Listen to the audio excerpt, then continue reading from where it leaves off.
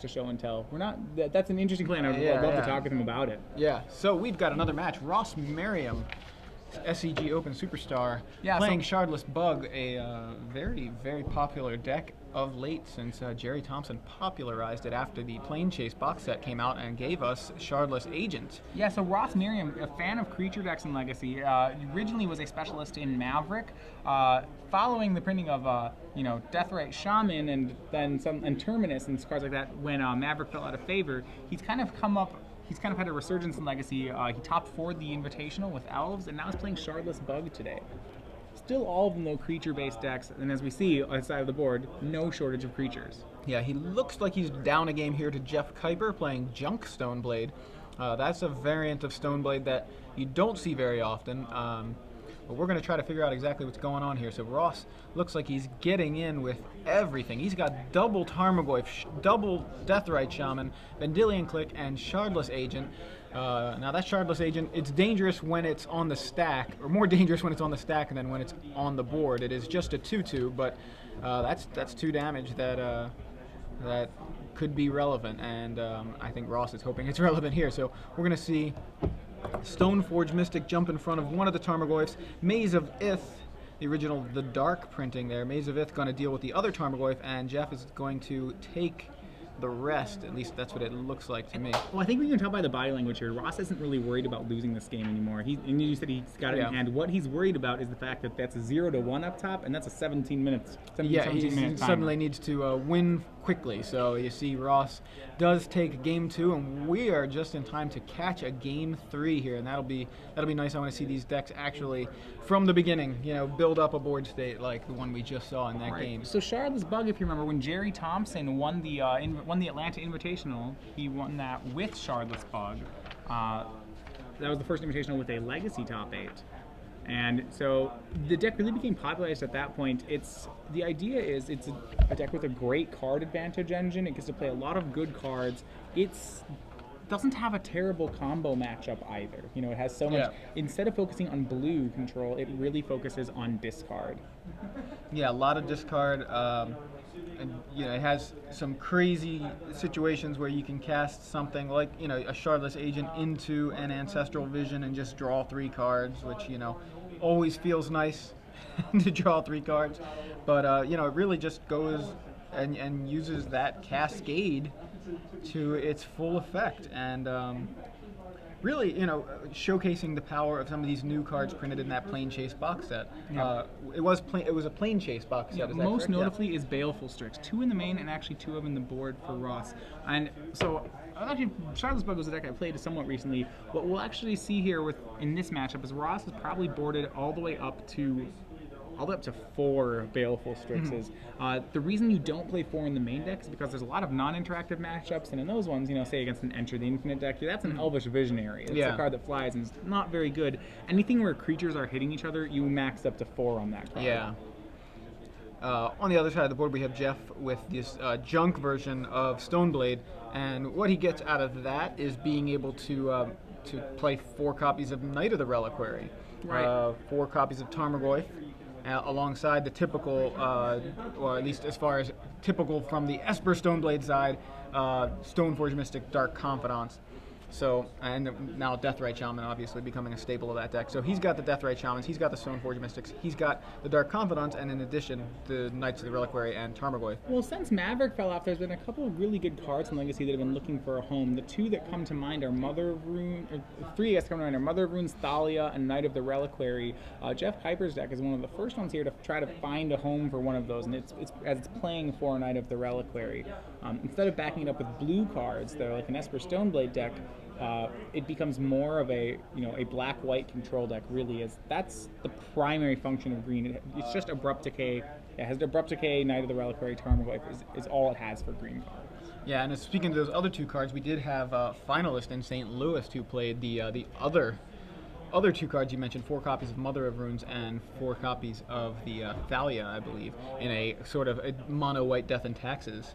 List, so. We actually saw that former Star City top 4 competitor in Star City Cincinnati last year. We saw Thomas Enevoldsen coming over, I think, for an American GP, top 4'd one of our opens there, and then proceeded to win the most recent Legacy Grand Prix in Europe with the same deck.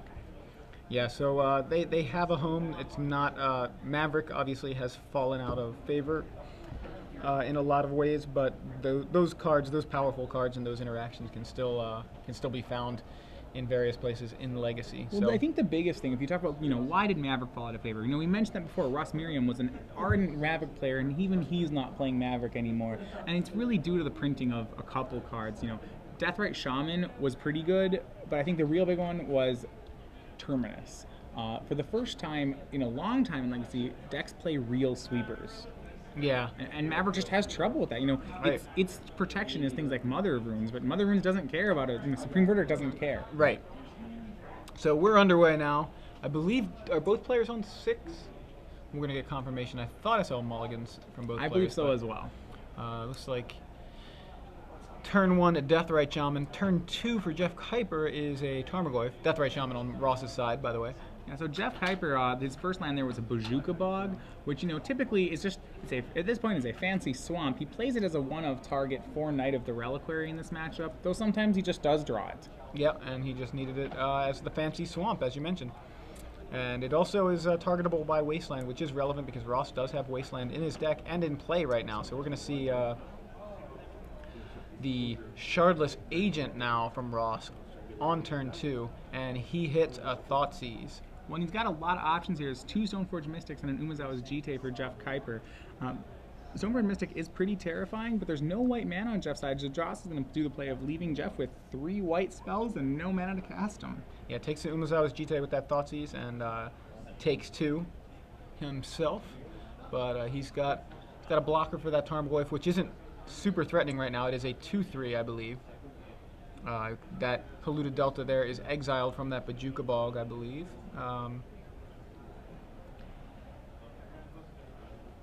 And yeah, Jeff swings in with that Goyf. Ross takes 2. Yeah, you see it's a 2/3. Artifact, sorcery.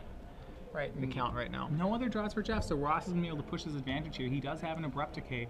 Remember, Ross is also a little light on lands, but I think we're gonna see whether or not Ross has 3 mana sources. He also has a Brainstorm, and we're gonna see him press his mana advantage. Yeah. He saw Jeff miss that land drop, and all in on just trying to stop Jeff from really playing any other spells. So Wasteland takes out that Bayou, and Ross follows it up with a Baleful Strix, and then I think just removed the Bayou. And changes his opponent's die for him. Remember, Ross actually with no more lands himself, he did have play the Baleful Strix, failed to find a land, and does have a Brainstorm, so he has more potential to find lands, and really, based on the board, doesn't need to find lands. Well, he did find another land on the top, found a Windswept Heath.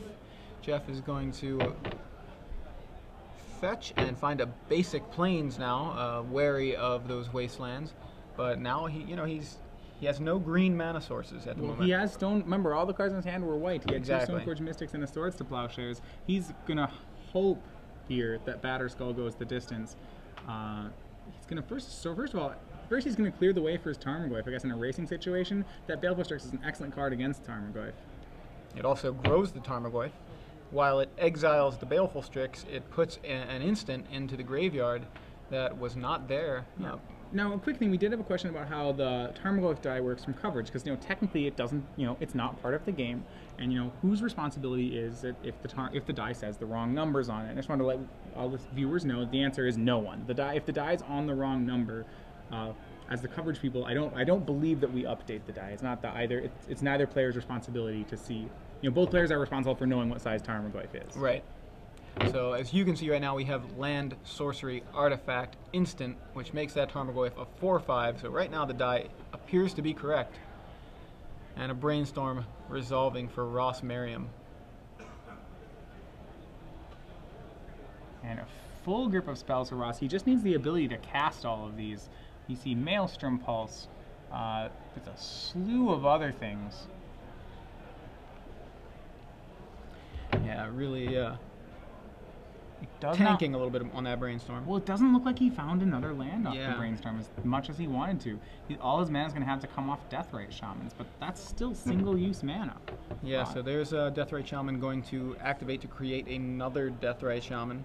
Well, what Ross has to be worried about here is Batterskull. You know, right now, Batterskull's not an issue because Jeff Kuyper only has 2 lands, but as soon as Jeff hits that 3rd land, he'll be able to end step a Batterskull into play and then protect it with 3 mana. And Ross will actually, you know, despite the fact he's ahead on the board, he will not be ahead if Jeff lands a Batterskull. Now, we know Ross, or at least I believe he has an Abrupt Decay in hand. He does have an Abrupt So Decay. he can deal with that Stoneforge Mystic. Yeah. Which will keep the Batterskull at bay, but in the meantime, that Tarmogoyf is still hanging out, and that Tarmogoyf is no irrelevant threat. Well, what he's going to do right now is he's going to Thought Seize away the Batterskull. No. So, because... Didn't see that Thought Seize. Right, yeah. I saw it as he shuffled it to the front. Yeah. You know, he saw Jeff, okay, yeah, that's fine. You get Batterskull, shuffle, Yeah. shuffle, shuffle. Oh, Thought Yeah. Seize to the front of my hand. He still doesn't actually have a very good clock. Remember, on his main phase Brainstorm, he bricked on lands, so we know that for the next 2 turns, Ross won't be hitting his land drop. So he just needs to survive here. He's got a slew of great spells, but you know that won't do anything if he can't cast them before the game's over. Now, one thing he's going to be able to do is shrink that Goyf a little bit because the lone land in the graveyards right now are going to be removed from that Deathrite Shaman, so he can. Well, I guess I would theoretically think that is how he was going to do it. Well, but, he's going to have to take 1 hit off this Tarmogoyf because this is his only chance to Thought Seize away the Batterskull. Right, but I mean, he can shrink the. Yeah. Right, he can shrink the Goyf. He can kind of mitigate a little bit of that life loss if he were to use the Deathrite Shaman's. Yeah, and I think he will make that play just because Ross is very choked on mana. Right now, though, he's going to go to 10 to Thought Seize away that Batterskull because he just can't beat it. Jeff's hand, unfortunately, has another piece of equipment in it. Yeah, it's a good one against Bug. Sort of Feast and Famine. Yeah. Sort of Feast and Famine is the other equipment, and that's the one that really put Stoneforge Mystic on the map before Batterskull's original printing. Right, this is pretty brutal for Ross. Remember, Jeff can already put the Sword of Feast and Famine into play, and if Jeff draws a green source, that life from the Luminous Hand is also active. Both players are fighting a battle of limited resources against each other, but that will certainly end that problem for Jeff. So Tarmogoyf swings in and is going to knock Ross to 5. And he redraws that Maelstrom Pulse. Remember, that was the last card he put on top of the Brainstorm. So starting next turn, he has the opportunity to draw some lands, but it may be too little too late. He does still have an Abrupt Decay in his hand for the possible Sword of Feast and Famine. But the real question is, once he uses it on that, how is he going to deal with the Tarmogoyf? Right.